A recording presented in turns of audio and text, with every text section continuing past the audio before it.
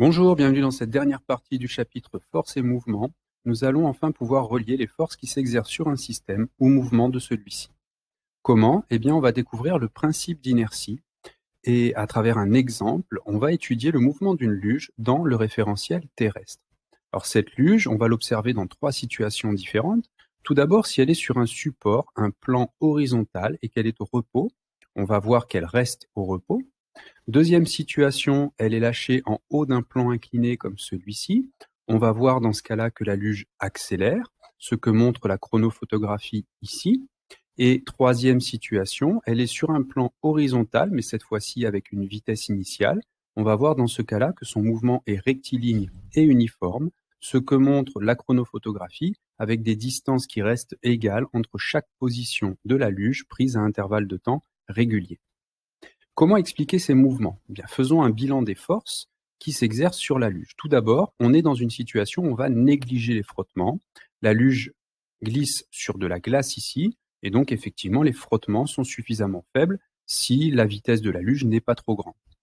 Deuxième force qui s'exerce sur la luge, le poids, qui est une force verticale dirigée vers le bas. Et troisième force, qui est la réaction du support. La réaction du support, c'est la force qui empêche la luge de pénétrer dans la glace. Cette réaction, elle est toujours perpendiculaire au support. Donc, dans la première situation, puisqu'on est sur un plan horizontal, eh bien, la réaction du support sera verticale. Si on fait le bilan des forces dans la troisième situation présentée, lorsque la luge a un mouvement rectiligne uniforme, on va voir que le bilan des forces est identique. Le poids P vertical vers le bas, la réaction du support perpendiculaire au support et donc ici verticale vers le haut.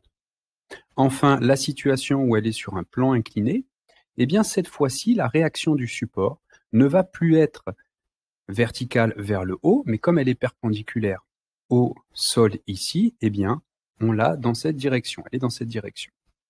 Alors, comment interpréter, comment relier les forces qui s'exercent sur le système et le mouvement de ce système? Eh bien, pour ça, il faut faire la somme des forces. On va regarder ce qui se passe si on additionne les deux forces, poids et réaction du sol.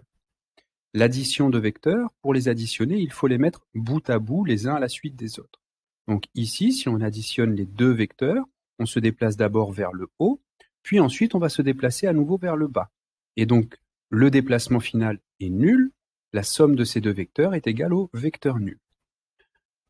On retrouve la même situation pour le mouvement ici sur le plan horizontal. La somme des deux vecteurs est nulle. Par contre, dans la situation sur un plan incliné, la somme des deux vecteurs n'est pas nulle. On obtient ici le vecteur en vert lorsqu'on fait la somme de la réaction et du poids. Et si on le reporte sur le schéma, on va avoir la somme des forces, le vecteur somme des forces qui est orienté comme celui-ci. Alors, regardons les deux situations qui correspondent à la luge au repos et la luge en mouvement rectiligne et uniforme. On voit que dans ces deux situations, la somme des forces est nulle. On va en extraire le principe d'inertie, on va généraliser cette situation, qui est qu'un système sera au repos ou en mouvement rectiligne uniforme, si les forces, alors les forces qui s'exercent sur lui se compensent. C'est l'énoncé du principe d'inertie. Comment ça se traduit mathématiquement? Un système au repos ou en mouvement rectiligne uniforme, c'est que le vecteur vitesse est une constante. Alors il peut être nul lorsque la luge est au repos, ou prendre n'importe quelle valeur lorsque le mouvement est rectiligne et uniforme. Si le vecteur vitesse est constant, alors la somme des forces est nulle. On dit que les forces se compensent. Ce principe d'inertie, il a une réciproque et il se trouve que la réciproque de ce principe d'inertie est vraie. La réciproque, on intervertit les deux propositions. Si les forces qui s'exercent sur un système se compensent, alors il est au repos ou en mouvement rectiligne uniforme. Le principe d'inertie n'est pas vérifié dans tous les référentiels. Si on essaye de vérifier le principe d'inertie dans un référentiel d'un manège qui est en train de tourner, on verrait que ce principe d'inertie est faux.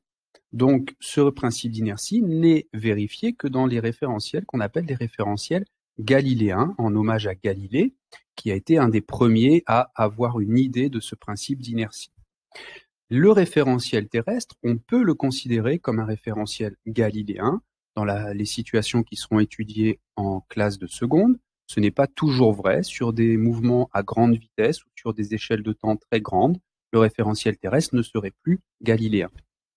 Alors, le principe d'inertie relie le mouvement rectiligne et uniforme ou l'état de repos aux forces qui s'exercent sur un système. Qu'en est-il des autres situations? Eh bien, dans d'autres situations, on va utiliser la contraposée du principe d'inertie. Que dit-elle? Si les forces qui s'exercent sur un système ne se compensent pas, alors celui-ci ne peut pas être au repos ou avoir un mouvement rectiligne et uniforme. C'est ce qu'il se passe dans la situation où la luge est sur un plan incliné.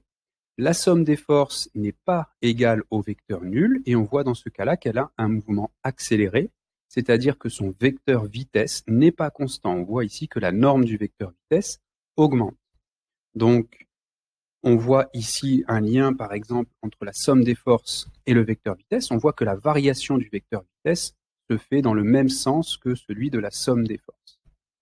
La réciproque de la contraposée est également vraie. Elle nous dit que si un système n'est pas au repos ou n'a pas un mouvement rectiligne et uniforme, alors on peut en déduire que les forces qui s'exercent sur lui ne se compensent pas.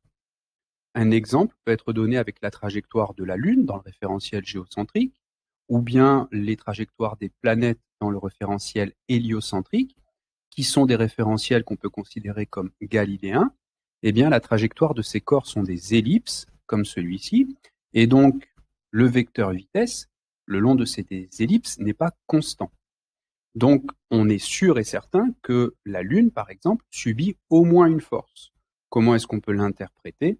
Eh bien, puisque la Lune est en mouvement autour de la Terre va exercer une force d'attraction gravitationnelle sur la Lune qui va modifier à tout instant le vecteur vitesse de la Lune en le faisant pivoter comme ceci et également varier en norme en fonction de la distance à laquelle la Lune se trouve de la Terre.